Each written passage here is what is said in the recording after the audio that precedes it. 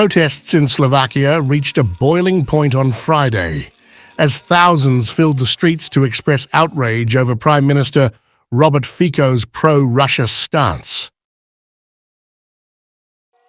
What began as an anti-government demonstration quickly transformed into a spectacle of divided opinions, with both opponents and supporters of Fico's policies rallying in the Slovak capital and across the country. The catalyst for the unrest was Fico's controversial trip to Moscow before Christmas, where he met Russian President Vladimir Putin. The timing, amid Ukraine's ongoing war with Russia, exacerbated tensions. Help Ukraine. It's unacceptable, said Lucia Stasilova, an organizer from the Peace to Ukraine group, addressing the crowd in Bratislava.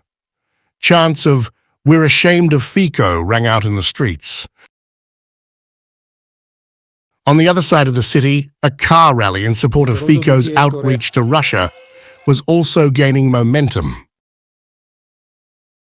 According to RIA Novosti, Marek Sun, a local activist, organized the rally to demonstrate that Russia is not Slovakia's enemy and that Fico's efforts to restore relations were vital for stabilizing energy supplies.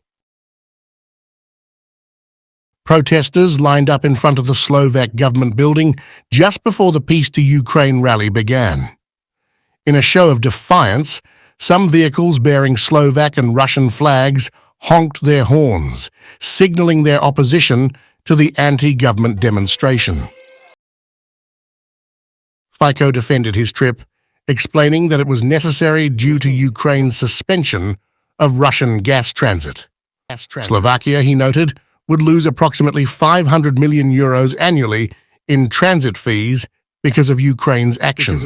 On the battlefield.